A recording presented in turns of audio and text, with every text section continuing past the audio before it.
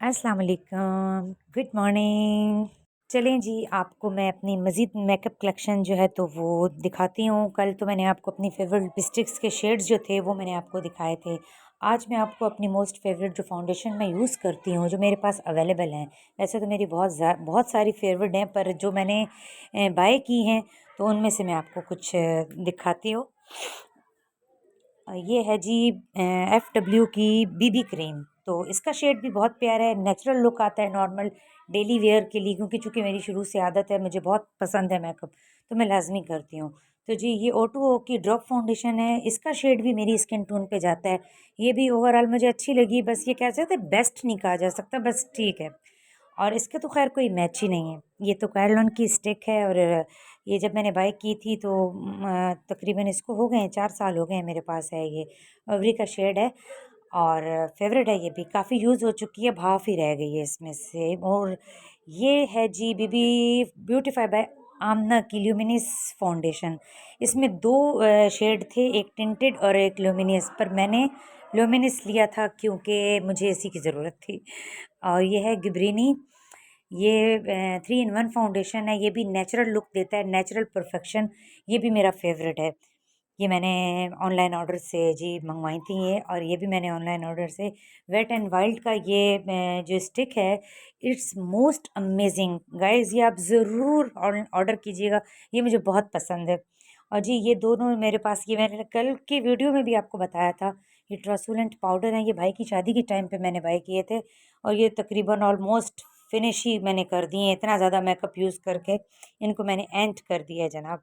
जी ये है O2 का कंसीलर। तो ना इसका शेड भी बहुत प्यारा है, मेरी स्किन टोन पे जाता है। और वैसे तो जो कंसीलर हैं मेरे फेवरेट, जो मोस्ट माय फेवरेट ब्रांड्स, पर वो मैं अफोर्डेबल मेरे लिए नहीं है, तो बस ये मुझे अच्छा लगा तो ये मैंने बाय कर लिया। ये O2O का ब्लश है, ये बहुत क्रीमी वेलवेट है, पर ये इतना स्टे नहीं करता।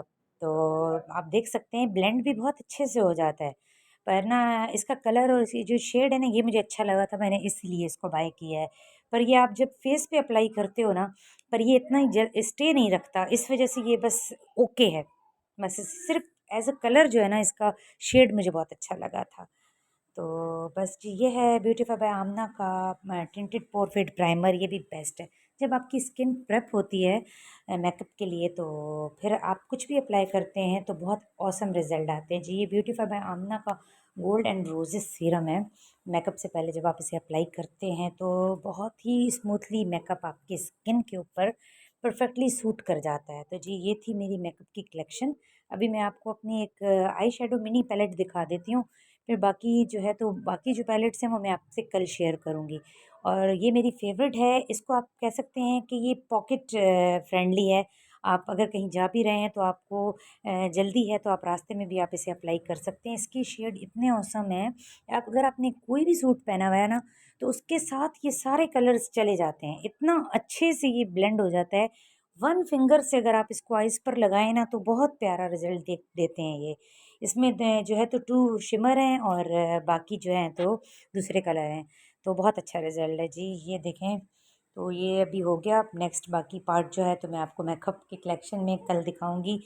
जो मुझे डेली फ़ॉलो करते हैं तो वो जानते होंगे कि 2 दिन से पानी का जो है तो इशू मैं आपसे शेयर कर रही हूँ कि इतनी ज़्यादा परेशानी है कि पानी की वजह से बहुत ज़्यादा परेशानी है। तो 2 दिन तो हो गए थे, अब बर्दाश्त की हद हो गई थी।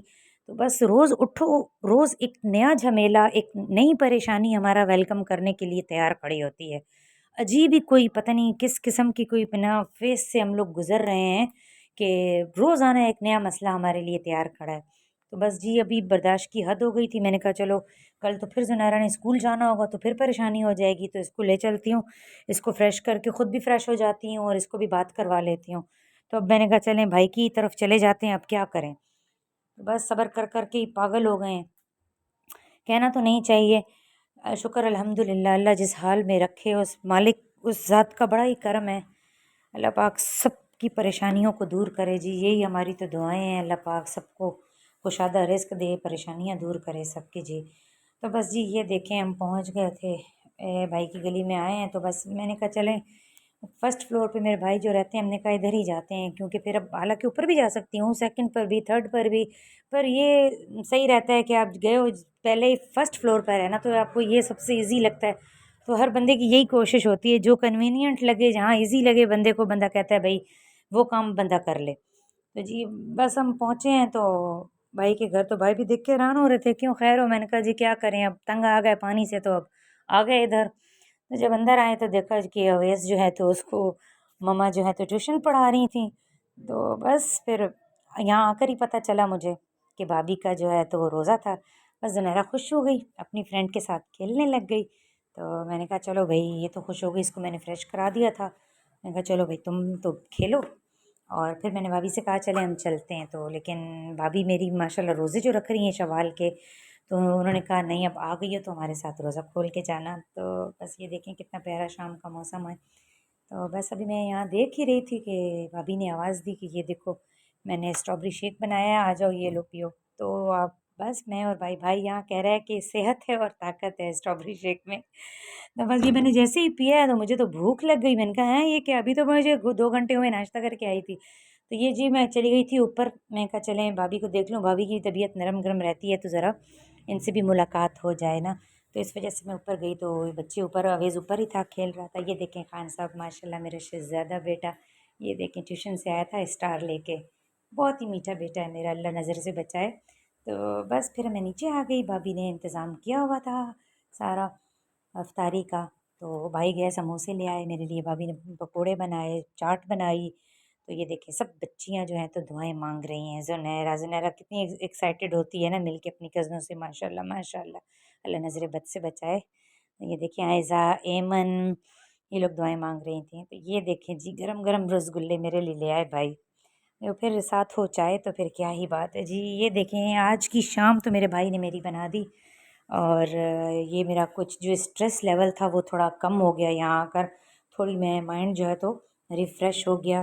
चाय वाय पी, टाइम देखा तो 7:30 हो गए थे। तो मैंने कहा चलें भाई घर चलते हैं, क्योंकि जो मैं घर में झमेले छोड़ के आई हूँ ना उनको जाके भी तो निपटाना है। ये देखिए जी, देख देख सकते हैं आपकी शाम का टाइम हो चुका है।